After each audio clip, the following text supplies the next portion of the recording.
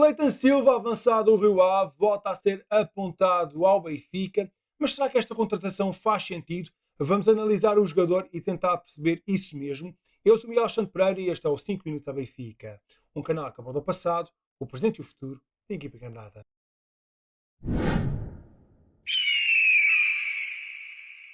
Pode vir aí um novo jogador para o ataque do Benfica e é aqui um jogador que já foi apontado algumas vezes à luz. Cleiton Silva, avançado brasileiro do Rio Ave, é novamente apontado como uma possibilidade para reforçar o Benfica. Começam a surgir alguns rumores sobre a zaga estarem com este avançado de 26 anos novamente baixo de olho. Atenção que não é a primeira vez que estes rumores surgem. Também Sporting e Porto alegadamente tem o jogador de baixo de olho, sendo que o Rio Ave terá pedido uma transferência no valor dos 10, 15 milhões de euros. Sendo que também há equipas estrangeiras que observam atentamente este avançado brasileiro, que tem estado muito bem no Rio Ave. Nesta temporada é um dos melhores marcadores do campeonato, 6 gols marcados, 2 assistências em 8 partidas. Foi eleito o melhor avançado do mês de setembro do campeonato português. Na temporada passada, em 24-25, também apresentou um bom nível, marcou 18 golos com 2 assistências em 37 jogos.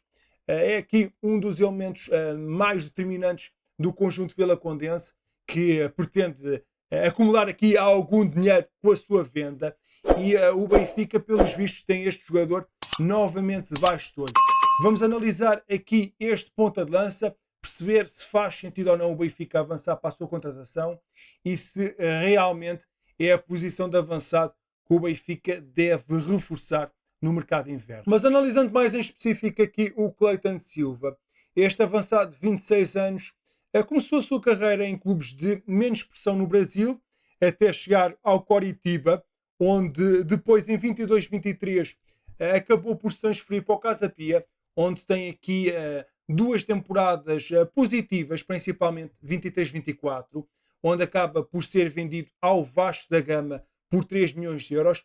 No entanto, as coisas não correm bem no Brasil e ele volta novamente a Portugal, agora para o Rio Ave, onde aí sim tem apresentado um nível muito alto, conseguindo marcar golos, conseguindo destacar numa equipa que propriamente não é muito ofensiva. Os vilacondenses têm sempre alguns problemas em criar muitas situações de golo e normalmente Cleiton Silva tem uma percentagem muito alta dos golos marcados por parte desta equipa do Rio Ave.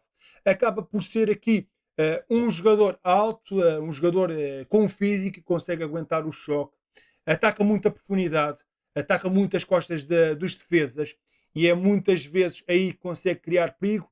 É um jogador móvel, rápido, que ganha faltas, acaba por ter uma boa finalização, seja com o pé, seja com a cabeça, o que lhe vale muitos golos e torna-se então aqui um elemento que se destaca a nível de números neste conjunto do Rio Ave. No entanto, olhando para aquilo que o Cleiton Silva tem feito, eu não acho que seja propriamente um jogador para ser titular numa equipa grande. Ele que já foi apontado aos 3 grandes. Pode ser aqui um elemento importante para a rotação, mas acho que é curto para jogar a titular. Não acho que tenha qualquer hipótese com o Pavlidis. Além disso, também já tem 26 anos, não é propriamente novo e tem aqui alguns problemas no qual será difícil de evoluir. É um jogador que perde aqui algumas bolas, não consegue manter a bola na sua posse durante muito tempo, também por jogar muito numa ilha. O Rio Ave não tem assim muitos jogadores de ataque e ele tem que estar a segurar a bola para que os companheiros cheguem perto dele para ele poder passar, e muitas vezes ele vai perdendo aí as bolas. Mas o grande problema, na minha opinião, de Cleiton Silva é a quantidade absurda que ele tem de fora de jogo. Ele é muitas vezes apanhado em situação irregular. Aliás, o ano passado foi um dos jogadores com mais fora de jogo nas 7 melhores ligas, o que é aqui um indicador complicado. E a Cleiton Silva tem esse aspecto para corrigir do seu jogo. É aqui um avançado interessante no panorama português, que pode ter aqui uma possibilidade de dar o salto para uma equipa mais forte. No entanto, acho que o Benfica está apedrechado bem para esta posição. E honestamente, da equipa do Rio Ave, apesar de achar que o Cleiton tem alguma qualidade, eu honestamente até apostava num jogador que é um bocadinho mais jovem que ele, que é o André Luiz, tem 23 anos e que mostra ter também algum potencial e parece-me um jogador muito interessante. Ele que nesta temporada já soma 3 golos e 4 assistências em 8 jogos. Infelizmente foi o jogador que marcou o gol contra o Benfica naquele empate 1-1 na Luz. Mas Cleiton Silva vai continuar a ser apontado aos grandes do futebol português pela quantidade de golos que vai apontando na nossa liga e acredito sinceramente que vai dar um pulo na sua carreira para uma equipa com mais objetivos. Nos últimos anos o Benfica tem contratado muitos avançados, alguns deles com sucesso, outros que têm sido autênticos flops. Há também aqui a questão das eleições, não sabemos se Rui Costa continua ou se vai haver um novo presidente, o que pode mudar aqui muito a estratégia de mercado que o Benfica vai fazer no mercado de inverno, mas há aqui uma situação que me preocupa numa possível contratação de Cleiton Silva, que passa pelo valor que o Rio Ave está a pedir, um valor entre os 10 e 15 milhões de euros. Não me parece que tenha grande lógica o Benfica fazer um investimento com valores desse nível para um jogador que à partida não será protagonista no Benfica, irá ter sempre um papel secundário. Na minha ótica, acaba por ser aqui um rumor que se percebe tendo em conta o momento do jogador, que marca muitos golos, mas que na minha perspectiva não faz grande sentido. É certo que o Benfica não tem marcado muitos golos, mas não acho que seja tanto problema por parte dos nossos avançados, seja o Pavlidis, Ivanovic, o Henrique Araújo, mas acho que é mais de servir os pontas de lança. Acho que é mais dos jogadores que estão atrás que não têm conseguido fazer com que a bola chegue com tanto perigo e que permitam então que o Benfica marque mais golos. Acho que o grande problema aqui da nossa equipa na questão da finalização passa mais pelos jogadores que criam as oportunidades do que para aqueles que as convertem. Mas sinceramente não consigo compreender aqui que alguns nomes para a posição de ponta de lança sejam apontados para o Benfica, a não ser que haja aqui ou uma saída de um dos jogadores que estão no atual plantel, ou então uma mudança de sistema tático para passarmos a jogar com 2 avançados, porque senão não faz qualquer sentido. Eu olho para o Cleiton Silva e acho que não é melhor que o Pavlidis nem com o Ivanovic. Pavlidis sendo o titular e Ivanovic a ser a alternativa ao grego. Depois há Henrique Araújo na posição de terceiro ponta de lança, que até agora ainda nem sequer tem 100 minutos concluídos nesta temporada. E não me parece que tenha grande lógica a contratação de um ponta de lança neste momento, a não ser que haja aqui novas informações que apareçam em janeiro, que nós não estamos à espera. Que não haja aqui nenhum problema com os nossos avançados que temos atualmente. Eu acho que o Benfica vai ao mercado em janeiro, vai fazer contratações. Acredito que o José Mourinho quer colocar uma equipa mais à sua imagem, mas honestamente não acho que seja na posição de ponta de lança que devemos investir. Acho que a possibilidade de um reforço na posição de extremo esquerdo para dar mais opções nessa zona do terreno é sem dúvida aqui um lugar onde pode e deve haver uma cara nova. Também a questão da lateral esquerda, que já falámos, caso Dal ou Obrador não consiga evoluir como esperamos, pode haver aqui também outro jogador a chegar.